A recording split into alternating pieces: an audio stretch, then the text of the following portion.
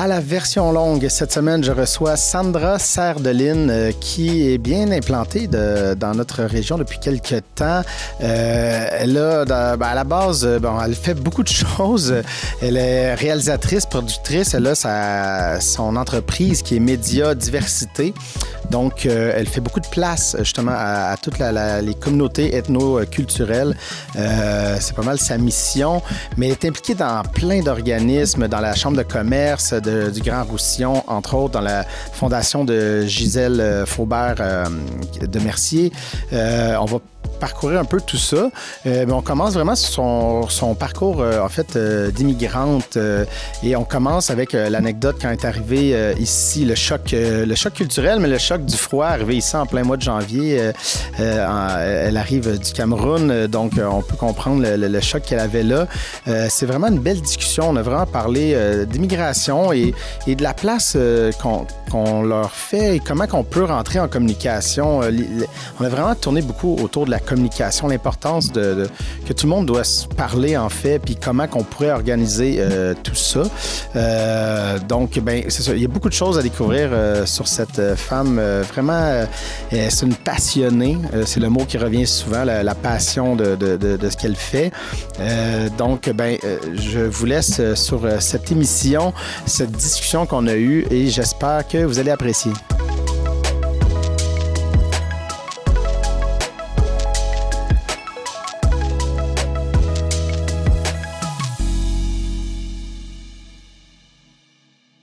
Sandra, merci beaucoup d'avoir accepté mon invitation ce matin. Malgré un peu la nervosité, mais ça va bien aller. On va jaser ça. On va rentrer directement, en fait, dans... ça m'intéresse. Ton arrivée ici, en fait, l'intégration, est-ce qu'il y a eu un choc culturel? Tu as dit que tu m'avais dit, tu es arrivé en plein hiver. Ah oui. Bonjour et merci infiniment de m'avoir reçu ici aujourd'hui. J'espère que les quelques minutes qu'on va passer ensemble va pouvoir édifier les personnes, les nombreux téléspectateurs qui nous regardent. Voilà. Qu'est-ce que je vais dire? On va commencer par une anecdote, tout simplement. J'arrive ici en plein hiver, il y a une dizaine d'années, et puis je n'avais pas eu le temps de me préparer psychologiquement et puis physiquement par rapport à ce qui m'attendait. Et je me rappelle à l'aéroport, le premier choc que j'ai eu, c'était le choc de langage, tu vois. Parce que là, j'ai l'agent à l'immigration qui me dit, aujourd'hui, je comprends qu'il me fait comprendre que là, à l'extérieur, il fait froid et que je ne suis pas assez bien vêtue pour ça. Ouais. Et je ne comprenais pas le joual, tu vois. Okay. Et là, je le regarde, je dis, qu'est-ce que vous dites? Et là, il me dit, il répète. Et là, je suis comme, je comprends pas ce qu'il dit et tout ce que j'ai juste hâte de sortir. Ouais. Et là, lorsque je sors, immédiatement, le froid, je dis, oh mon Dieu. Et là, je retourne. Et lorsque je retourne, sa réaction, c'est comme pour me dire, mais moi, je t'ai demandé de ne pas sortir, de t'habiller en conséquence et tout. Et là, c'était drôle, franchement. Donc, en janvier. En janvier, c'était vers la fin du mois de janvier. Il faisait froid, je peux te dire, ce jour. Je pense que c'était... Une bonne journée. Une bonne journée d'hiver. Une belle journée d'hiver. En même temps, c'est bienvenue au Québec. C'était un bienvenue au Québec. Immédiatement, deux chocs, la langue et puis le climat. Le climat. Et là, c'est quelque chose, mais... Sûrement, il devait te dire, bon, il fait fret. Il fait fret. C'est ce qu'il avait dit. Il avait dit, il fait fret, t'es pas bien habillé pour ça. Et là, j'étais comme, qu'est-ce qu'il dit? Il voulait me dire qu'il faisait froid, mais moi, il fait fret là-dedans. Écoute, t'es pas bien vêtu. Mais je n'avais pas compris ça dans ce sens. Aujourd'hui, je repense à ça et puis ça me fait marrer à chaque hiver. Ah, c'est clair. Hein? Et puis c'est ça. Mais bon, c'est le premier choc, mais tu sais... C'est ça, souvent, il y a des immigrants qui arrivent ici, mais ils sont pas préparés. Fait que comment, je veux dire, quand même que l'agent te dit si t'es pas assez bien habillé, t'as pas un manteau là, avec toi. Là, mais non, je n'avais pas. J'avais un manteau, juste un truc simple, une veste, tu vois. Une veste, oui, c'est ça. J'avais juste une veste sur moi. Je n'avais pas un manteau d'hiver, là. Je n'avais pas ça. Mais comment on s'organise, est-ce que ça devient un peu... stressant de faire OK, là, oui, mais je peux te dire que cela m'a beaucoup aidé aujourd'hui. Pourquoi? Parce que l'information est présente aujourd'hui. Je pense que lorsque tu immigres, nous, on est sur l'émotion, on a hâte d'y aller, on veut découvrir le pays, genre le rêve américain, tu vois. Mais on oublie par moment de s'informer. Et on sait qu'il fait froid, mais où est-ce qu'on pousse l'information? Est-ce qu'on pousse l'information? Non. Déjà, il faut comprendre que, oui, en Afrique, moi, je viens d'Afrique, je viens du Cameroun en Afrique centrale. Et lorsqu'on parle de 37 degrés, c'est une température normale, tu vois. Alors, quand tu entends, hey, écoute, il fait 37, on va même te dire, il fait moins 37, mais tu penses pas trop au moins qu'on a dit, là. Tu te dis, ben, c'est sûr que ça va être 37. Donc, moi, mon problème, c'était ça, cette ignorance. Je n'avais pas pris le temps de bien m'informer par rapport au climat, à la saison. Je n'avais pas pris je n'avais pas évalué tous ces aspects. Et puis, je me suis bien fait avoir à l'aéroport. Mais c'est une belle expérience parce qu'aujourd'hui, lorsque je me retrouve face à quelqu'un qui veut immigrer, la première des choses, c'est qu'écoute, il faut que tu t'habilles bien. Parce que même en été, moi, j'ai toujours froid. Ah, c'est ça, OK. J'essaye toujours de le dire, là, habille-toi bien chaud, parce que je ne veux pas que la personne se retrouve comme moi en cette période-là. Ah, c'est ça, clairement. Mais je peux te dire que ça m'avait aussi affecté parce que durant toute la semaine, j'ai eu un gros souci avec le froid et tout. Je me rappelle que je m'étais retrouvée aussi à l'hôpital. Pour vrai? Oui, c'était quand même assez dramatique pour moi. Je me suis retrouvée à l'hôpital parce que j'avais eu un problème de sang qui avait gelé. Je n'étais pas assez préparée pour ça. Ah, c'est ça fait un choc parce que, tu sais, peu importe je pense que le corps humain peut s'adapter, mais ça prend un certain temps. Donc, tu sais, c'est sûr que quand tu es habitué à X nombre d'années à la température au Cameroun... Oui, et puis tu te retrouves. Puis même nous, ici, je veux dire, après un été, on arrive l'hiver, puis les premières fois, tu sais, non! Mais c'est vrai, je peux te dire que pour moi, je travaillais ça psychologiquement. Je me disais, ça va bien aller, tu vois. Mais c'est quand je me suis prise à l'hôpital que j'ai compris que les conséquences étaient assez graves et que ça pouvait aller même jusqu'à la perte de vie, pourquoi pas, ou bien à un handicap. Donc aujourd'hui, c'est ma première leçon. Une fois que je suis en face d'une personne où j'ai quelqu'un au téléphone qui veut immigrer, je lui dis toujours, écoute, tu comptes venir à quel moment? J'essaye d'abord de le préparer et c'est rendu comme un réflexe pour moi aujourd'hui parce que je me retrouve en train de préparer des vêtements chauds et tout pour pouvoir intervenir aussitôt que je suis au courant que quelqu'un arrive parce que je ne voudrais pas que mon vécu, ce que j'ai eu par le passé puisse se répercuter sur la personne. Oui, c'est ça, parce que peu importe, on dit, peu importe d'où tu viens, mais si tu viens d'un endroit qui fait vraiment très chaud à l'année, je veux dire, trouver un manteau d'hiver pour comment tu peux te préparer vraiment à acheter ça, à posséder cet item-là si tu arrives en hiver. Là. Pourtant, on a assez de ressources ici pour ça. Hein. Ici, oui, c'est ça. Il y a assez d'organismes qui offrent des vêtements d'hiver, mais on n'a pas cette information lorsqu'on arrive. Mais c'est ça, c'est un autre truc. Là, un autre aspect, c'est d'arriver. Bon, oui, le choc, la langue, c'est assez évident. Ça, c'est sûr qu'au Québec, on parle vite, puis on coupe souvent les mots. Et le fameux joual. Le joual, oui, c'est ça. Qui nous retrouve à chaque fois et qu'on ne s'y connaît pas lorsqu'on est ici, c'est vrai. Ça, le froid, mais de comprendre comment la société, en guillemets, fonctionne. L'idée qu'on a des organismes communautaires, c'est dur à prendre d'avance aussi. Là, fait que ça arrive avec un choc aussi de comme où est-ce que je peux avoir de l'aide dans quelque part? Comment ça fonctionne? Mais c'est sûr que pour moi, je vais toujours me référer à mon cas. Je n'avais pas eu cette chance d'avoir ces informations, mais je sais qu'aujourd'hui, il y a des pays francophones, par exemple, qui sont ciblés lorsque la délégation des personnes qui recrutent à l'international vont pour le recrutement. Surtout qu'aujourd'hui, on est en pleine relance économique, on ne parle que de ça. Ils donnent assez d'informations, ils préparent les gens par rapport à leur venue au Québec, mais je n'avais pas eu cette chance-là. À l'époque, mon ignorance m'a conduit à ce souci, mais aujourd'hui, ça me fait plaisir parce que à travers mon vécu, je peux pouvoir sensibiliser d'autres personnes aujourd'hui par rapport à c'est quoi les conditions, c'est quoi les différentes réalités, et puis afin qu'ils ne puissent pas vivre la même chose. C'est ça. Et est-ce qu'il y aurait d'autres façons, que nous, mettons, qui est ici, comment qu'on pourrait transmettre cette info-là? Parce que je comprends, mettons, une délégation du Québec pour l'emploi, bon, va arriver avec un package d'informations, mais autrement, y a-t-il quelque chose? Parce que... Mais moi, ce que je dirais, peut-être ça ne rentre pas dans ta réalité, mais ça sera se rapprocher des communautés. Ouais. Parce que lorsqu'on immigre, la première des choses, on recherche nos communautés, on veut se sentir chez soi, on veut retrouver les nôtres, tu vois. Oui, parce que ça amène quelque chose de réconfortant. Ça amène quelque chose de réconfortant. C'est déjà intense émotionnellement de se déraciner. Exactement. D'arriver avec 10 000 affaires. Fait que je comprends l'idée que, OK, il y a des gens du Cameroun à Montréal, je vais aller avec eux parce que, ils vont m'aider, je vais avoir ce lien-là, je ne serai pas seul, en fait, c'est ça. Oui. Mais fait que tu me dis de se rapprocher. Oui, de se rapprocher des communautés, des communautés qui se trouvent comme nous, par exemple, ici au niveau régional, se rapprocher des communautés. Et je salue d'ailleurs les organismes qui œuvrent dans ce sens-là aujourd'hui pour pouvoir faciliter le rapprochement des communautés. Donc, je pense que c'est déjà de bon œil qu'on puisse le faire. On se rapproche des communautés, on essaye de les procurer aussi des différentes ressources, des accessoires pour pouvoir aider toutes ces personnes qui arrivent et tout. Parce que quelque chose que tu ne sais pas aussi, c'est le silence, tu vois. La plupart des personnes qui immigrent n'en parlent pas trop. OK. C'est souvent, on le garde discrètement, et tout dépend aussi de comment est-ce que tu arrives au pays. Ouais, c'est ça, donc, c'est un peu tous ces rouages-là. Ce qui fait que, oui, si des organismes se rapprochent des communautés, je pense que ça pourra être un relais qui va se faire aussi naturellement. Savoir qu'on a beaucoup d'associations. Pour le cas de l'Afrique, je sais qu'il y a assez d'associations africaines aujourd'hui dans la région ou bien dans Montréal aussi.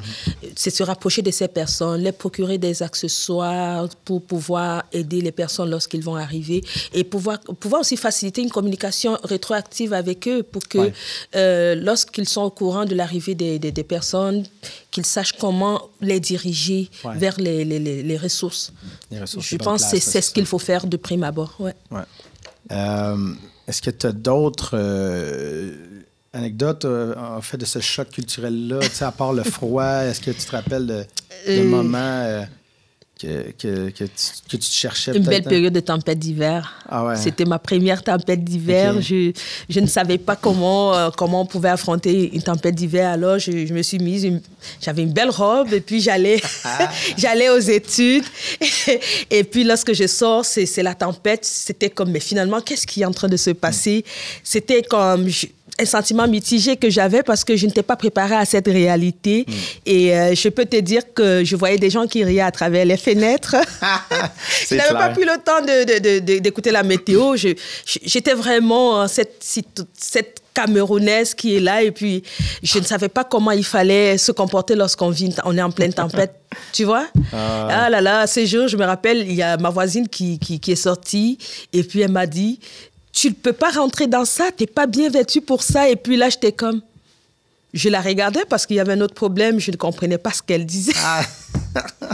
Elle parlait et puis je la regardais. Il fallait qu'elle vienne me couvrir avec... elle avait une couverture pour moi. Elle m'a ramenée à l'intérieur pour me dire, assieds-toi d'abord, essaye de te réchauffer, puis on va se jaser. Ah ouais, c'est ça.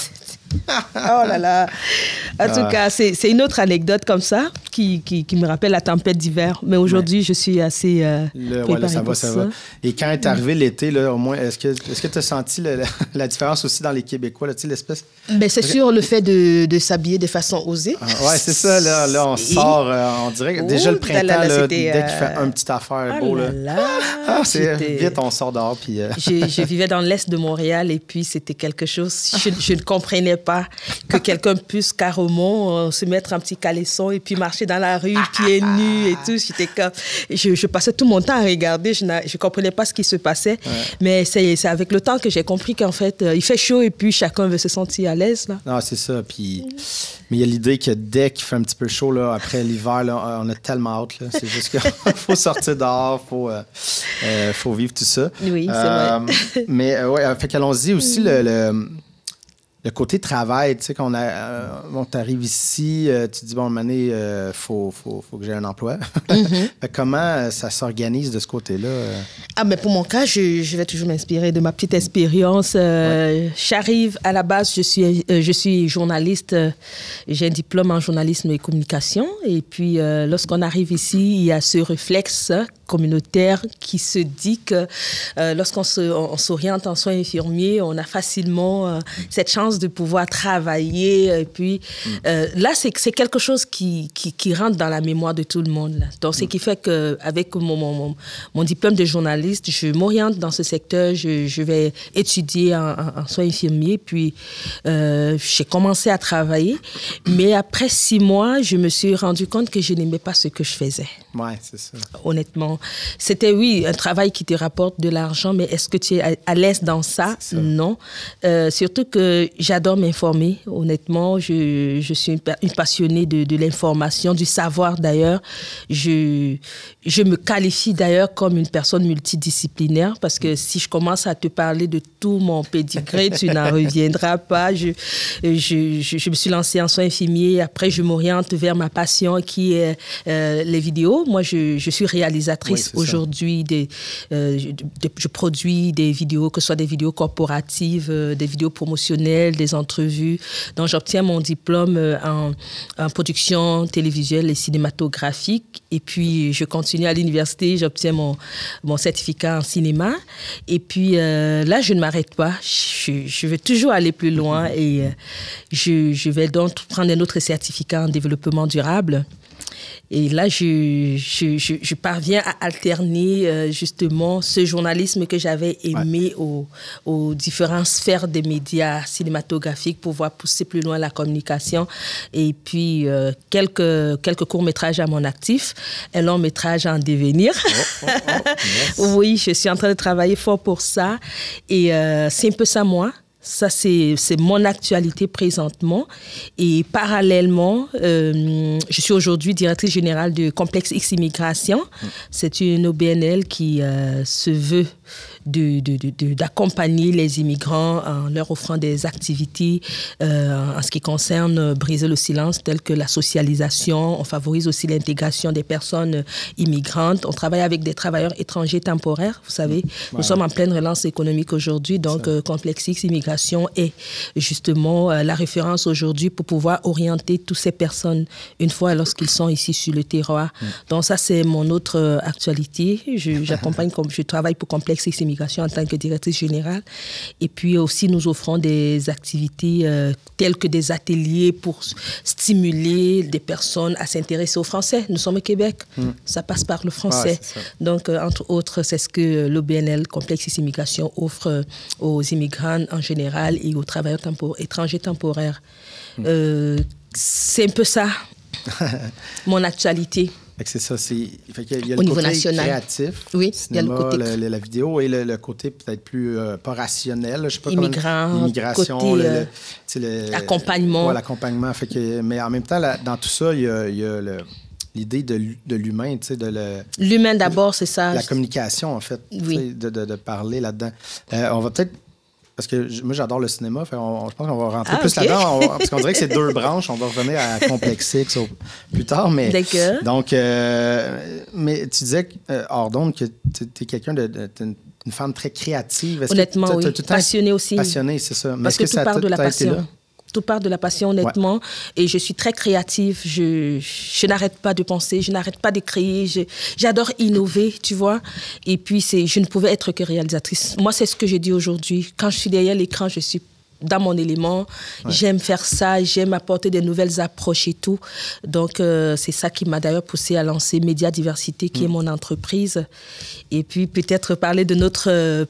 bébé, on va dire ça comme ça, oui. Une autre division de Média Diversité qui est la télévision de la diversité. Ouais. Voilà. Mais tu voulais qu'on parle de cinéma. Ben, c'est ça, parce qu'on dirait que là, c'est ça, on peut parler de tout ça en même temps. En tout cas, moi, mon implication au niveau du cinéma, c'est sur le plan international, c'est ça. À travers le Festival international des films francophones de Thiès au Sénégal, dont je suis aussi la directrice générale de ce festival. L'idée ici, c'est non seulement de promouvoir le français à travers le monde, mais aussi d'apporter encore une visibilité croissante, étendue, une belle approche au cinéma francophone. Ouais. Donc, c'est un clin d'œil qu'on fait au Québec, Ouais. qui est notre Québec chéri, comme moi j'aime bien le dire. Et c'est du côté de Thiès. On le fait à chaque année. La première édition aura lieu l'année prochaine, du 4 au 8 juin, OK. où on aura justement des cinéastes québécois qui feront le déplacement avec nous. OK. Et puis, c'est pas juste pour l'Afrique, je t'ai dit festival international, donc c'est vraiment les pays francophones qui sont interpellés par ce festival. Donc, des films de partout du monde. Oui, des films francophones. De peu importe la région. Exactement. Se retrouve là. Exactement. Est-ce que c'est comme une compétition ou c'est vraiment plus comme une présentation des films? Ben, c'est une compétition, OK. parce qu'il y a des prix qu'on va offrir à la fin. Nous avons 18 prix qui seront offerts, justement.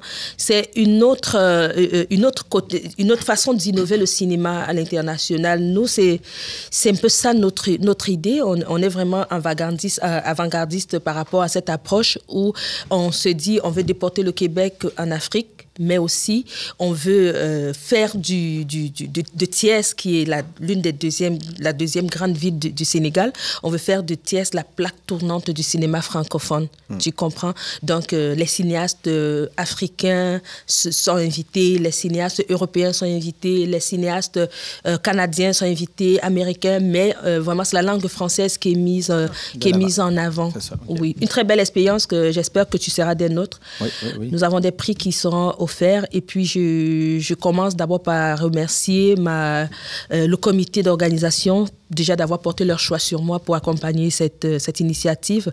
Et puis, je salue aussi le maire de Thiès pour la confiance, le président du comité d'organisation et puis, voilà, mon partenaire qui est ici sur le terroir avec moi, Ibrahima Gassama, qui est justement cet expert dans le domaine environnemental. C'est lui d'ailleurs qui porte ce volet. Et ça fait partie aussi d'une autre particularité de ce festival, c'est un festival écologique. Ah, OK. Oui, c'est beaucoup d'innovation en un. Et c'est dans quel aspect qu'on amène le côté écologique?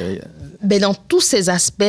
Ici, ce qu'on veut faire, c'est un peu apporter une écologie éducative en Afrique, tu vois, une vision québécoise, parce que Dr Gassama, qui est l'expert, lui, il sait comment pouvoir agencer la vision québécoise à l'approche africaine, tu vois, et on veut le faire sur le plan cinématographique à travers non seulement les prospectus, tout est écolo, là. Okay. Zéro déchet, ça c'est vraiment notre stratégie, c'est zéro déchet durant le festival.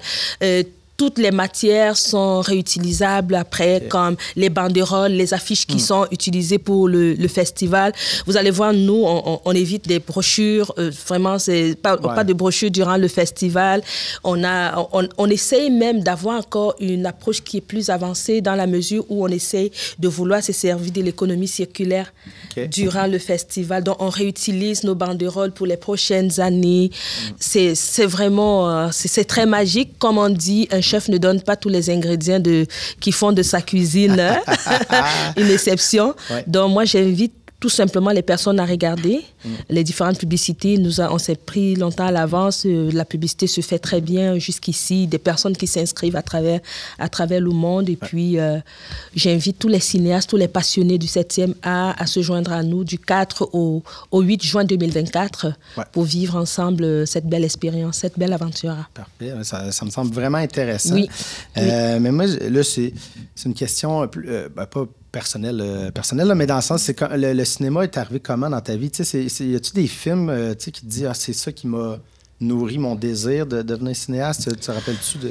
Mais bien sûr, c'est sûr que moi, je m'intéresse beaucoup à la réalité d'où je viens. Ouais. Il y a quelqu'un qui dit tout le temps, Danielle Henkel d'ailleurs, que j'écoute beaucoup, elle parle toujours, n'oublie pas d'où tu viens. Dans ses conférences, elle dit toujours, n'oubliez pas d'où vous venez. Moi, c'est un peu ça ma réalité. Ouais. Je m'inspire de notre vécu, de comment ça s'est passé. On est dans une société où c'est deux couches, soit tu es pauvre, soit tu es riche. Et moi, je viens de la couche pauvre, ce qui fait que c'est beaucoup d'expériences, c'est d'aventures, des mésaventures qu'on vit. Et plus tard, quand quand je me rends compte qu'à travers moi, je peux pouvoir mettre ça en avant, ce côté, je me dis, oui, c'est le moment. Donc, comment est-ce que je m'inspire? C'est surtout de mon vécu, de tout ce que j'ai vécu de mon enfance, de mon parchemin jusqu'à aujourd'hui. Et mon long métrage, d'ailleurs, que je suis en train de travailler autour, ça concerne ça, une autre réalité de la vie, genre un maillage entre la vie africaine et la vie québécoise, la réalité québécoise et la réalité africaine, et puis qu'est-ce qui se passe aujourd'hui, les mésaventures que nous découvrons sur le terrain, et puis aussi la finalité qui est toujours en fonction de ce que chacun veut de sa vie. Ouais. Si tu veux aller plus loin, tu t'entoures des personnes qui sont porteurs des visions, et puis tu vas plus loin. Et si tu décides plutôt d'aller d'une façon dégradante, c'est vraiment libre à toi. Donc c'est un peu ça mon inspiration. Et oui, aussi des cinéastes qui nous ont bercés durant notre enfance. Le cinéma africain, c'est sûr, c'est pas trop internationalisé. Oui, c'est ça. Mais à culpa, je connais pas tant ou tu connais pratiquement pas le cinéma africain. Il y a beaucoup de cinéastes africains, je peux te le dire. D'ailleurs, pour notre festival, on a Mati Diop, qui est une cinéaste africaine du côté de la France, qui sera marraine de l'événement. Okay. T'es pas à Cannes?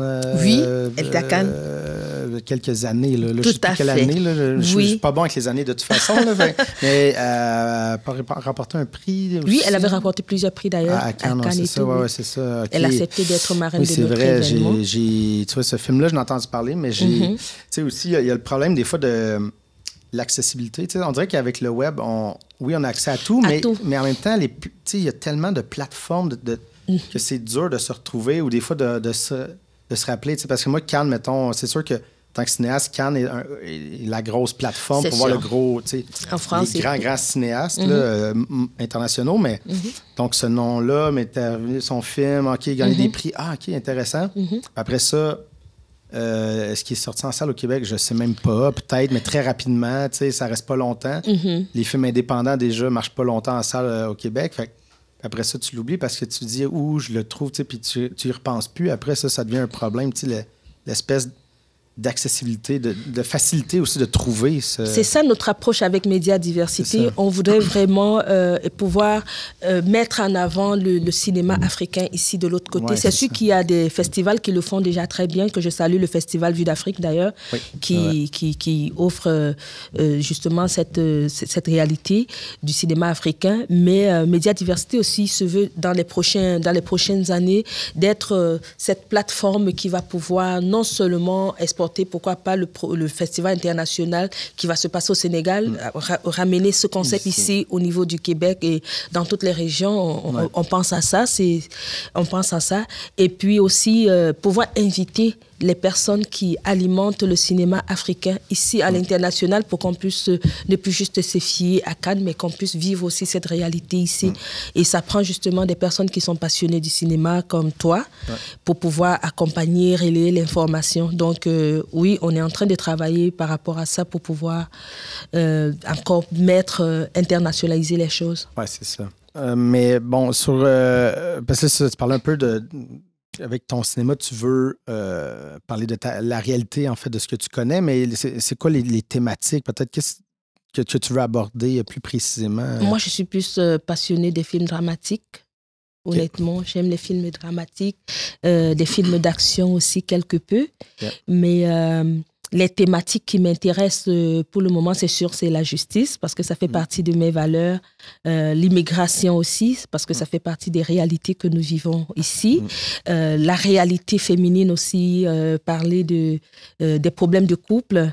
Ici, les couples, la perception de la vie de couple de l'Afrique à ici, c'est deux perceptions différentes. Ça, ce sont les thématiques que j'aime. Parler aussi de la famille, pourquoi pas, ça sera une belle expérience aussi. Et puis de la réalité des entrepreneurs. Parce que je le suis. Et en tant qu'entrepreneur issu de la minorité visible, je peux te dire des hauts et des bas. On en vit au quotidien. Donc, c'est un peu tout ça ce sont des films qui m'inspirent et puis ce sont des thématiques qui vont pouvoir m'orienter aussi dans ce que je suis en train de me préparer à faire. Quelque chose d'un peu film social, film un peu ça qui parle de vraiment côté réaliste aussi là, à tout ça. Là. Bon, pas trop. Pas trop, non? Non, pas trop. Moi, c'est vraiment plus de drame, beaucoup de suspense. Beaucoup de suspense. Moi, j'aime des films qui me font pleurer, des films qui vont ressortir assez des leçons émouvantes, quelque chose qu'on va pouvoir garder pour les continuités, oui. Ah ouais, c'est ça. Moi, j'aime ça, pleurer au cinéma. C'est vrai, moi, j'ai toujours des Kleenex avec moi quand je vais regarder un film. C'est ça, on dirait que dans la vie de tous les jours, je pleure pas vraiment, mais au cinéma, on dirait que il y a cet aspect-là, surtout en salle, parce que souvent le monde, là, ça me fatigue. Il y en a qui disent je vais juste aller au cinéma pour voir les gros films à gros déploiement. Toi, tu pleures vraiment. On dit les gars ne pleurent pas. Ah ouais, mais moi au cinéma, c'est ça, c'est qu'au cinéma, on dirait c'est que ça enlève, tu rentres dans l'histoire, dans l'histoire de la personne, tu rentres dans l'esprit du personnage et puis tu vis ça. Et là, ça se transforme. Mais il y a l'idée que pendant 2 heures, on épouse la réalité et puis on se retrouve, ça se donne, hein, ça se transfère. Ça enlève tes barrières parce que tu fais juste accueillir ça. Et puis là, s'il y a un dénouement, quelque chose d'un peu dramatique, ben là, que moi, je me rappelle d'un film là, qui est souvent pas nécessairement vu, super bien coté. C'est pas un chef-d'œuvre, mais ce film-là, je pense que c'est le film qui m'a fait le plus pleurer de ma vie. Lequel? C'est un film américain avec Tom Hanks, Sandra Bullock, qui est Extremely Loud and Incredibly Close, extrêmement fort et incroyablement près. Oui. Qui est, puis je pense que dans l'ensemble du film, je vais avoir pleuré 45 minutes sur 1h40. Là, puis les larmes me coulaient des joues. Là, puis c'était des moments, ça arrêtait pas. Toi, tu es cinéaste dans l'âme. Mais c'est ça, mais j'étais inconsolable. Puis là, des fois, j'en parlais au moment, mais j'étais au cinéma, puis je pense que j'étais seul dans la salle, puis je fais... Mais c'est sûr, moi, c'est sûr que le film qui m'a fait pleurer, c'était Jusqu'à ce que la mort nous sépare. C'est un film dramatique qui est sur YouTube, oui. J'avais beaucoup aimé ça. Et puis, il y a aussi Jamais sans ma fille. Est-ce que tu as vu ça? Le titre me dit quelque chose. Jamais sans ma fille. Le titre me dit quelque chose, mais là, ça me vient pas. Là, mais, Jamais sans ma fille, je te conseille de regarder ce film. Tu vas...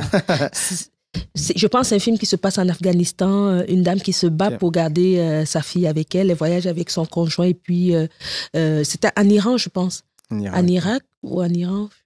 C'est sûr, ça fait longtemps que j'ai vu ce film, mais c'est un très bon film que je te conseille. Le titre me dit quelque chose. Jamais sans ma fille. J'avais pleuré. Oui. Mais c'est ça, c'est que le cinéma, on peut justement rentrer plein de thématiques, mais des fois, c'est même pas en forçant ce qu'on veut dire, en l'amenant d'une manière subtile dans l'histoire de quelqu'un. Tout à fait. Je trouve que c'est là que c'est le plus pertinent, en fait, de ne pas forcer le message, mais juste on regarde l'histoire de quelqu'un, on est touché par ça, puis là, ah oui, c'est vrai, ça veut dire ça, ou c'était ça les implications, tu sais. Mais de toutes les façons, moi, quand mon film il va être prêt, je t'inviterai à l'avant-première parce qu'il faudra que tu prépares du Kleenex. Tu vas pleurer. Cette fois-ci, je suis certaine que pendant 1 heure de temps, tu vas pleurer. On va essayer de battre le record. Assez des rebondissements dans le film. On va essayer de battre le record de long. je vais battre le record, ça c'est certain. Bon, on va prendre un chronomètre. Un chronomètre pour te rassurer. Bon, en tout cas, je serai à la sortie pour t'attendre, pour demander ce que tu en penses. C'est ça, non, c'est ça. J'ai bien hâte de voir ça. Puis là, c'est ça, là, je m'en allais parler d'un autre film, on peut changer de sujet. On dirait qu'il y a plein de trucs qui m'ont popé en tête. On reviendra une autre fois pour parler du cinéma. En ce moment, je serais bien préparée pour ça. Ouais, c'est ça.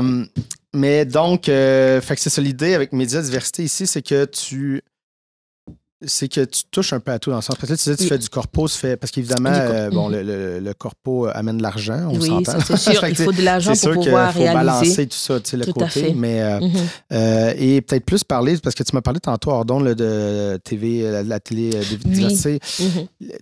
Tu sais, ça venait d'où? Parce que tu me l'as dit hors d'onde, mais en fait, besoin-là d'avoir... Tout à fait. Moi, je suis contente qu'on en parle parce que la télévision de la diversité, en fait, ce n'est plus un projet parce que ça a existé depuis 2018. Ouais. C'était vraiment l'idée, justement, de réunir toutes les personnes issues de la communauté ethnoculturelle autour d'un plateau où on va pouvoir échanger à travers plusieurs émissions, parler de nos réalités.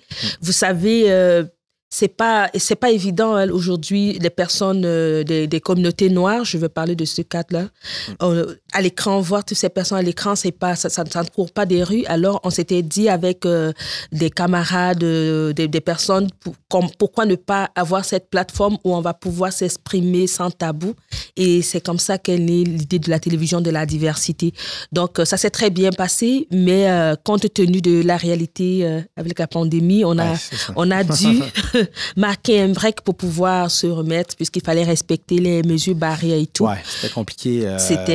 Mais d'ailleurs, c'est pour ça on s'est fait faire cette table-là, parce que là, il fallait respecter ça, exactement. On s'est fait faire une table plus longue pour faire des 1 à 1, puis il n'y a personne dans le studio. Fait, c'était style-là, quand j'ai parti le podcast, c'était déjà commencé un peu avant, mais ça a bien tombé de dire, OK, on n'a personne d'autre dans le studio. Dans le studio, alors les mesures barrières sont respectées. Je me disais, on est dans, tu sais, c'est pas le risque zéro, mais on était dans le plus proche de, on fait attention, tu sais. Exactement. Mais, c'est ça, mais c'est compliqué, tu sais, si tu veux un plateau avec plusieurs intervenants. Avec plusieurs personnes, c'est pas... Tout le monde à 2 mètres, c'est infaisable. Là. Tout à fait. On a tous connu les méfaits de la pandémie. Donc, aujourd'hui, on est en pleine période de relance. C'est sûr que la pandémie nous a aussi aidés parce qu'on a restructuré l'entreprise. Aujourd'hui, on est installé en région. Ouais. Je profite pour saluer justement la collaboration avec la TVSO dans nos projets futurs avec la télévision de la diversité où on va réaliser plusieurs émissions ensemble. On va travailler en collaboration pour pouvoir apporter une autre plus grande visibilité à la télévision de la diversité. Donc, c'est ça l'idée, en fait, c'est d'aller vers ces personnes des différentes communautés, les intéresser justement à ce média qui parle pour nous et par nous. Ouais. Tu vois, en un mot, c'est vraiment ça, un clin d'œil qu'on va offrir aux communautés ethnoculturelles. Et puis, tu sais, ça m'amène un peu à parler dans le sens que, tu sais, souvent, on parle, l'accueil des immigrants. Il y a tout ça. Tu sais, mettons, moi, en homme blanc, qui est privilégié, tout ça, des fois, tu te dis, je sais pas, même moi, qu'est-ce que je peux faire, tu sais, en étant une personne, juste moi-même, comment qu'on peut établir cette espèce de dialogue-là, tu sais, pour pas que chaque groupe soit dans son coin, tu sais. C'est justement ça que je salue aujourd'hui, parce que avec l'approche que nous aurons avec la TVSO, c'est justement cette approche des travails d'équipe qu'on a aujourd'hui, qu'on veut mettre en avant, parce que, tu sais, il y a un réflexe qui revient toujours au sein des communautés. On pense que, on n'est pas accepté par les autres. On pense que tel média, c'est pour les Blancs. Je n'aime pas trop dire blanc, noir, parce que la discrimination, ça ne fait pas trop mon affaire. Mais on se parle entre nous de cette façon. Ça. Et aujourd'hui, avec la télévision de la diversité et justement la collaboration qu'on aura ensemble, ça va pouvoir permettre à toutes ces personnes de comprendre que non, il n'y a pas de limite. Il n'y a vraiment pas de barrière. On est là pour tout le monde. Et tu sais... Je vais te dire quelque chose je profite par là pour te dire quelque chose qui m'a vraiment intéressée. J'étais avant à Montréal, la télévision de la diversité, nos bureaux c'était à Montréal. Aujourd'hui, nous sommes en région et ça m'a beaucoup aidé parce que ça m'a permis de comprendre, de me rapprocher des personnes de la région, puisque j'avais aussi cette perception comme quoi dans la région, non, on ne pouvait pas accepter tout le monde. Mais aujourd'hui, c'est une vision inclusive que je vois au niveau de la région. Moi, je suis présente dans le conseil d'administration de plusieurs organismes ici au sein de la région et je peux te dire, j'envoie comme ça un clin d'œil d'abord à David Bergeron, qui est le directeur général de la Chambre de commerce. Lui, c'est quelqu'un qui m'a beaucoup aidé et qui m'aide énormément, je peux te le dire, à travers sa vision qu'il a des personnes immigrantes. C'est quelqu'un qui embrasse tout le monde, il est professionnel et je pense qu'il interpelle aussi tout le monde à pouvoir, retrouver tout le monde, surtout la Chambre de commerce. Aujourd'hui, il est le directeur général. Tu vois, il m'a demandé de faire partie du CA et j'ai accepté. Et aujourd'hui, au sein du CA, je partage mon expérience avec d'autres. Je bénéficie de l'expérience aussi des autres personnes. Je parlerai de la présidente, des autres administrateurs. Je me rends compte, c'est pratiquement comme une famille. Et c'est tout le monde, c'est ouvert à tout le monde. C'est ce que d'autres gens ne pensent pas. Ils ne savent pas cela. Il a fallu que je le rencontre pour pouvoir découvrir tout ça, tu vois. Et je me dis, c'est justement la même vision que la TVSO a aujourd'hui, c'est pouvoir recevoir tout le monde. Je suis d'ailleurs ton invité aujourd'hui. C'est cette image qu'on veut amener des personnes de la communauté à comprendre que non, c'est vraiment, on est ouvert à tout le monde, on appelle tout le monde. Il faut qu'on se mette tous ensemble pour apporter une belle vision de notre région. Ouais, mais c'est sûr que ça va aller progressivement, mais je pense qu'on est sur le chemin. Oh, parce que tu sais, ça me fait réfléchir parce que tu sais, des fois, tu te dis, bon, il y a comme des fois, sur la, tu sais, quand on parle un peu aux nouvelles de ça, ou un peu plus haut, tu sais, l'idée que est-ce que le Québec est raciste ou xénophobe mais c'est l'idée un peu, tu sais, comme tu disais, bon, le réflexe, un immigrant arrive ici, ne comprend pas trop, va aller se retrouver avec des gens qui viennent de chez eux parce que c'est le réflexe, mais un peu le réflexe de. Mais on se parle entre nous parce qu'on n'a pas ce réflexe-là de communiquer, puis on ne sait pas comment rentrer. Vous ne savez pas comment rentrer vers les autres. On dirait que c'est ça, il faut trouver la façon de. Mais c'est vice-versa. Oui, c'est ça. Il faut que tu comprennes. Tu ne peux pas aller vers quelqu'un si cette personne ne s'ouvre pas à toi. C'est ça, on ne peut pas forcer aussi. On ne peut pas forcer. Ça, je comprends. Le Québec a déjà assez fait. On arrive ici, mais il faut qu'on cesse de rester dans nos cocons. Il faut que nous aussi, nous allions vers les autres, mais qu'on essaye d'être patient. Ça, c'est quelque chose que j'attire l'attention là-dessus. C'est sûr, on est ouvert à tout le monde, mais il faut qu'on cesse aussi d'être assez exigeant. Il faut qu'on laisse des choses aller naturellement. Fais tes preuves, sois patient et puis les choses vont aller tout naturellement. Ah, c'est ça. Puis, tu sais, des fois, je pense un peu à ça. Tu sais, c'est comment le créer, parce que des fois, tu sais, on pense d'une manière un peu philosophique, tu sais, dans comment ça devrait se passer, mais tu sais, des fois, c'est de concrètement comment ça peut se passer. Mais tu sais, c'est l'idée de... Tu sais, moi, en fait, mon idéal, c'est l'idée de peut-être un peu interculturel au lieu de multiculturel. Mais moi, je pense qu'il n'y a pas d'idéologie par rapport à ça. Une relation est authentique. Là. Moi, c'est ça. Quand on va dans l'autre... Ouais. Tu vas, il faut déjà se montrer tel que tu es. Il faut être vrai dans la vie. Exact. Honnêtement, il faut être vrai dans la vie. Et lorsque tu vas vers des gens, cesse d'être opportuniste. Oui, c'est ça. Parce que je m'excuse, mais je pense qu'on ne devrait pas frapper sur les doigts des personnes. Si toi, tu restes chez toi, comment est-ce que tu penses qu'on viendra vers toi? Il faut que nous aussi, on apprenne à aller vers les autres. Ouais, c'est ça. Moi, c'est ce que j'ai fait. Je me rends compte que la région est là pour tout le monde. Il y a assez d'opportunités pour tout le monde. Mais il faut faire ses preuves. Il faut être professionnel. Il faut bien faire. Il faut apporter des approches nouvelles pour qu'on puisse aussi s'intéresser à toi. Tu vois, et ne t'attends pas à ce que tout tombe du ciel. Ouais, c'est ça. Sois patient. Ça fait partie des valeurs de l'homme. Oh, oui. Donc, moi, ce que je dirais, c'est que les choses sont en train d'aller tranquillement aujourd'hui. Je prends le cas de la région où nous sommes. Je vois beaucoup de communautés qui se réunissent. Il y a aussi la politique qui est en train de réunir beaucoup de personnes aujourd'hui. Et puis, l'entrepreneuriat aussi qui réunit beaucoup de personnes. On essaye de faire le travail et puis je pense que les choses vont aller d'elles-mêmes. Et oui, c'est ça. Puis c'est ça. Fait que, mais tu sais, je pense que c'est déjà un bon point d'utiliser les médias comme un point d'ouverture aux cultures. Parce que tu sais, la culture, pour moi, c'est quelque chose qui est tout le temps en mouvement, tu sais, qui doit se nourrir de tout, de tout le monde. Puis d'amener ça dans un tout, puis on va faire de quoi, tu sais, on va faire quelque chose avec tout ça, tu sais. Mais c'est sûr qu'il y a la Chambre de commerce qui est déjà en train de faire un grand travail pour le moment pour pouvoir réunir le maximum de personnes. Il y a des organismes qui font aussi le tremplin comme Complexis Immigration dont je t'ai parlé, qui vont vers les immigrants, qui essayent d'échanger avec eux. Mais aussi, il faut que nos leaders, nos élus puissent aussi faire leur part, hein. Parce que ce sont eux les leaders, ils sont la hiérarchie. Il faut qu'ils essayent de mettre sur pied des stratégies pour pouvoir toucher le maximum de monde parce que eux, ils ont une planification, ils ont une liste, ils savent combien d'immigrants se retrouvent dans la région. Donc, les villes sont interpellées. C'est ça. Il faut qu'ils fassent leur travail. Et je pense que on a quelque chose qui s'annonce, le 350e de Châteauguay d'ailleurs, qui se prépare. Là, ça, oui. Il va y avoir quelque chose. Il va y avoir quelque chose, beaucoup de rassemblements. Je pense que les communautés seront présentes et puis ils vont justement ressentir. C'est un bon exemple d'utiliser cette plateforme-là. Bon, c'est le 350e. Puis de rappeler, ben regarde, à Châteauguay, c'est tout vous autres. Là, mais tu sais, c'est une mosaïque aujourd'hui, Châteauguay. Oui, les sondages le disent, là, le grand taux d'immigration est ici à Châteauguay. Et d'ailleurs, l'autre jour, le maire, il le disait lors de son allocution, il présentait son plan stratégique et il parlait justement, il parlait de Châteauguay qui était placé, je crois, au 21e rang ici au Québec. Donc, les choses se passent bien. Et puis, moi, j'invite toutes les communautés à être présentes lors du 350e pour pouvoir vivre les différentes expériences qui seront là. La TVSO sera présente, la télévision de la diversité sera présente. Et puis, c'est ça va aller tranquillement.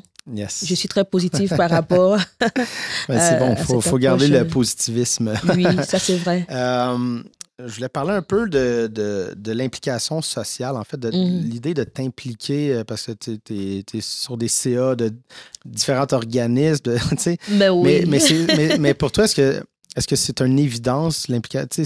Qu'est-ce que ça t'apporte de t'impliquer comme ça dans des causes? Est-ce qu'il y a le côté de... Mais c'est sûr que c'est mon côté humain qui l'emporte dans la mesure où si tu remarques, au niveau de l'entrepreneuriat, j'interviens dans plusieurs secteurs. Je t'ai dit aujourd'hui, je ne suis pas versatile, mais je suis plutôt multidisciplinaire. Ouais. J'aime apprendre, j'aime découvrir. Et au niveau des organismes, tu vas voir, moi, je suis dans le CA de la Chambre de commerce en tant qu'entrepreneur. Parce que mon but, en fait, c'est d'être cet exemple, cette ambassadrice dans ce sens pour pouvoir interpeller des personnes issues des communautés ethnoculturelles. Pourquoi pas pour mettre en avant cette interculturalité dont tu as parlé tantôt, amener des personnes à découvrir l'entrepreneuriat autrement. Ouais. Donc, et aussi à apprendre. Moi, j'aime apprendre. Donc, au sein de la Chambre de commerce, c'est d'abord ça. Tu vois, ça, c'est une approche différente. C'est le côté entrepreneurial. Je suis au niveau de la Fondation Gisèle Faubert. Oui. Ça, c'est justement cette fondation. C'est mon côté humain qui me ramène vers eux parce que c'est comme un feedback, un give back, on va dire. Ouais. Tu sais, mon papa, il est décédé quand j'étais très jeune. Okay. Et justement, il était malade.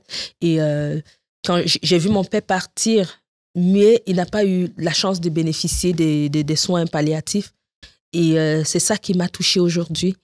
Ça m'avait beaucoup touché ce moment parce que je m'étais toujours dit il aurait dû avoir un accompagnement digne. Ouais, c'est ça. Mon papa on n'a pas eu cette chance-là. Aujourd'hui, je suis au sein de ce CA, c'est justement pour pouvoir accompagner cette personne, apporter ma pierre à l'édifice dans ce sens-là, pour pouvoir amener les gens à comprendre que oui, même au dernier jour de notre vie, on a besoin d'un accompagnement digne, on a besoin d'amour. Et mon but, c'est d'apporter cet amour dans ce sens-là. Tu vois? Et moi, je te parlerai aussi de la Fondation Vent d'Espoir, parce que ça, c'est une autre fondation où je suis dans le CA. Là, ils accompagnent plutôt des personnes qui vivent avec des traumatismes crâniens. Okay. C'est un autre élan de cœur que j'ai eu vis-à-vis de quelqu'un pour qui j'ai travaillé quand je suis arrivée ici au Québec. J'étais préposée privée pour Kirk Tremblay, qui est décédé aujourd'hui malheureusement. Et justement, il était paraplégique. Okay. Donc, il avait ce problème de traumatisme crânien. J'ai été à ses côtés durant sa vie sur Terre et c'était un homme de cœur. Il m'a beaucoup apporté dans la vie et aujourd'hui, lorsque je vais vers la Fondation Gisèle Faubert, ils m'ont accepté dans leur CA. C'est vraiment ça, mon élan. C'est pouvoir faire vivre Kirk Tremblay à travers toutes ces personnes qui vivent avec le traumatisme crânien. Comme quoi, ils ne sont pas abandonnés. Nous sommes là pour eux. Nous avons de l'amour à leur apporter.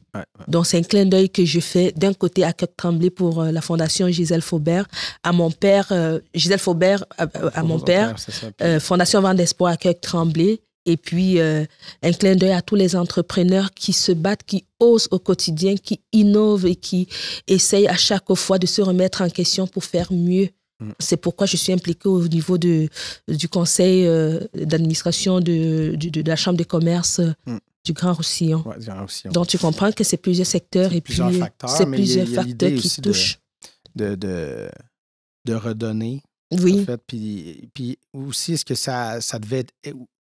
J'imagine que ça devait aider à t'intégrer, tu sais, parce que là, tu rentres dans des groupes, Et tu rencontres des gens. Donc, tu sais, ça favorise l'intégration. L'amitié, trouver des gens, jaser. Puis là, tu fais, je connais, tu sais, se former un réseau. Tu sais, il y a quelque chose de ça Mais aussi. c'est sûr que le réseautage est très important dans notre vie. C'est l'un des avantages que j'ai au niveau de la Chambre de commerce.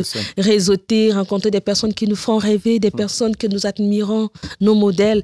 Avoir cette chance de pouvoir échanger avec eux, d'apprendre aussi. Tu vois, on a notre présidente, par exemple, qui est à la tête de l'un des grands médias, Gravité. C'est une femme qui m'inspire énormément, tu vois. Elle est présidente de la Chambre de commerce. J'ai cette chance d'être à ses côtés, d'apprendre, tu vois, de son expérience.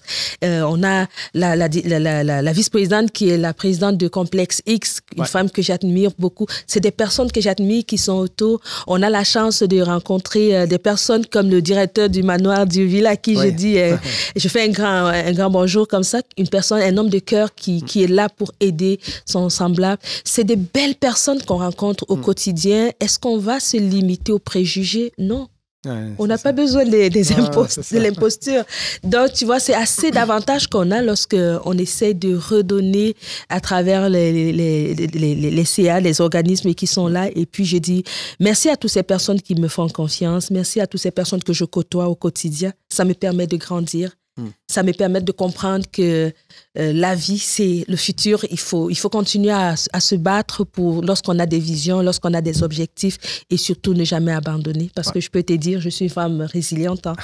Je n'abandonne jamais. Je suis très positive et puis je crois en quelque chose de grand dans la vie. Yes. Et c'est ça qui nous accompagne. Ça transpire depuis qu'on se parle tantôt.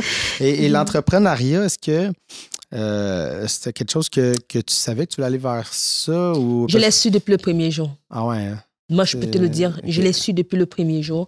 Je t'ai parlé de la justice qui fait partie de mes valeurs, tu vois. Et je suis une personne très humaine. Je suis une personne vraie. Et c'est quelque chose que beaucoup de personnes n'apprécient pas souvent. Et ceux qui apprécient sont des personnes porteurs de projets et de visions. Ouais, c'est ça. Voilà. Donc, dès le premier jour, j'ai su que j'allais être entrepreneur. Pourquoi? Déjà, de mon pays où je viens, le métier de journaliste, moi, j'étais journaliste et je peux te dire, c'est pas ouvert à tout le monde. Il y a assez de filouteries autour pour pouvoir se trouver un travail. Et lorsque tu te retrouves de ce côté, tu veux aller dans ce sens et puis tu as une barrière qui est notre peau. Ouais. Et on se rend compte que oui, il y a beaucoup de personnes qui aspirent à ce métier, mais le travail n'est pas offert à tout le monde. Ouais. Tu vois? Et là, c'était comme une interpellation. Dès ce jour, je me suis dit, moi, je vais pouvoir me lancer en entrepreneuriat. Je vais ouvrir une entreprise où je vais pouvoir montrer aux personnes, réunir des personnes qui sont passionnées, parce que tout va de la passion. Peu importe le diplôme que tu as, si tu n'es pas passionné, ça ne donne rien. Tu comprends? Aujourd'hui, on veut se lancer dans le métier, mais je peux te dire, c'est sûr, nos recruteurs n'ont pas assez de temps pour pouvoir évaluer la passion chez qui que ce soit. Ouais. Le besoin est ardent. Donc, je me suis dit, écoute, je vais lancer cette plateforme, je vais lancer cette entreprise autour du média où les personnes des communautés qui sont passionnées comme moi, qui sont avant-gardistes comme moi et créatifs comme moi, vont pouvoir se réunir à travers des projets, échanger à travers des projets, monter des projets et pouvoir bien faire pour impacter les personnes qui viennent après nous. Ouais. Je l'ai su dès le premier jour et c'est ce que j'ai fait jusqu'aujourd'hui. C'est sûr, ça prend du temps. En une journée, tu ne peux pas tout avoir. La Tour Eiffel ne s'est pas fait en une journée. Mais bien faire à chaque fois où que ce soit les personnes que tu rencontres, que ce soit des contrats que tu gagnes, bien faire, être professionnel et puis créatif pour pouvoir te démarquer et susciter de l'admiration. C'est donc ça l'idée de ce côté entrepreneurial, cette fibre entrepreneuriale qui a toujours été en moi et que je continue à mûrir jusqu'aujourd'hui. Donc oui, entrepreneur, je l'ai su dès le premier jour. Depuis l'Afrique, j'ai su que je serais entrepreneur. Ah ouais. Et je continue sur cette lancée. Et je sais que les jours meilleurs vont se présenter sous peu. Et est-ce que tu sens ou tu te mets une pression de réussir pour montrer aux gens de diverses communautés que c'est faisable? Tu sais, est-ce que... Pas de pression. Non, c'est ça. Honnêtement, moi, je suis très zen. Ouais. Je suis une personne qui J'adore la sobriété, j'adore la zénitude. Je me dis chaque chose à son temps. Il faut juste qu'à chaque fois que tu as l'opportunité de montrer de quoi tu es capable, il faut bien le faire. Ouais. Honnêtement. Même à travers la parole, si tu veux convaincre quelqu'un, fais-le bien. Si tu veux montrer à quelqu'un que tu es capable de faire ci, fais-le. Dans chaque chose que tu dis, associe la parole à l'acte. Dans chaque chose que tu fais. Et à partir de ça, ça va se faire de bouche à oreille. Hein. Donc, oui, moi, je ne me mets pas de pression dans tout ce que je fais. Je vais lentement, sûrement, mais je respecte mes échéances. Ouais, c'est ça. Je respecte toujours mes échéances. C'est pourquoi il faut avoir un plan stratégique, il faut avoir un plan d'affaires. Parce que lorsque tu as des échéances, tu évites la procrastination et puis tu te mets à jour dans tout ce que tu fais. Mais est-ce que tu te mets de pression? Non, parce que tu as la famille qu'il faut assurer. Tu as d'autres personnes qui partagent ton quotidien et puis tu ne veux pas pouvoir leur transmettre des énergies négatives. Donc, si tu as un plan de travail, écoute, tu le fais bien. Tu vois, moi, je suis avec Complexis Immigration, j'ai mon entreprise, j'ai le festival de l'autre côté et j'ai d'autres projets qui s'en viennent, mais je le fais très bien. Ouais, c'est ça. Je suis très bien organisée dans ce que je fais. Et puis, on me fait confiance et puis j'avance. Oui, c'est ça. Parce que c'est une de mes questions pour finir. Je me disais, il te reste-tu du temps? J'ai du temps, je peux te le dire. Tout, c'est l'organisation. Ouais. Et moi, je vais te dire quelque chose qui m'alimente beaucoup. La nuit est peut-être fait pour dormir, mais moi, je travaille beaucoup la nuit. Ah ouais, je médite la nuit, je réfléchis la nuit, je crée dans la nuit. Donc, et je suis jeune, qu'est-ce que tu crois? Il faut que j'en profite, j'ai assez d'énergie et puis il faut juste pouvoir optimiser son énergie, bien le canaliser. Ouais. C'est pourquoi j'ai la chance d'être bien accompagnée, des entrepreneurs, de la Chambre de commerce qui m'accompagne, des Complexis Immigration qui est avec moi et de tous ces organismes, de toutes ces belles personnes qui partagent mon quotidien et qui aiment ce que je fais et qui m'encouragent dans ça. Cool. En terminant, parce qu'on est déjà à la fin. Ça va vite. Ça va vite. Hein? Y a-tu quelque chose que tu aurais aimé dire ou on a fait le tour, tu penses? Mais on n'a pas fait le tour puisque c'est sûr qu'on va se revoir. C'est sûr qu'on va se revoir. Ça, je vais revenir, ça c'est certain, définitivement. C'est définitif. Mais moi, qu'est-ce que je dirais? C'est tout simplement aux femmes, parce que je suis une femme. Je vais demander aux femmes entrepreneurs de ne jamais abandonner. C'est mon message aux femmes entrepreneurs.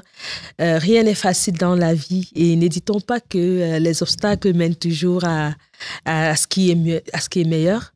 Alors moi, je le pense. Entourez-vous bien. Entourez-vous des personnes inspirantes. Entourez-vous des personnes qui sont canalisées, qui vibrent positivement. Et puis, dites-vous, la persévérance amène toujours au bonheur. Donc, voilà. C'est mon message de fin et puis je te remercie infiniment d'avoir pensé à moi. J'espère que j'ai pu édifier les personnes qui nous suivent et puis je reste ouverte aux différents échanges avec tout le monde. Donc, voilà. Merci beaucoup. J'ai adoré notre discussion. Puis c'est sûr qu'on va remettre ça un jour. Mais puis sinon, on a hâte au futur projet avec la TVSO, la télé de la diversité. C'est pour bientôt. On commence en automme, on l'a dit? Oui. Merci. On parlera cinéma aussi. Oui, c'est ça. La prochaine fois.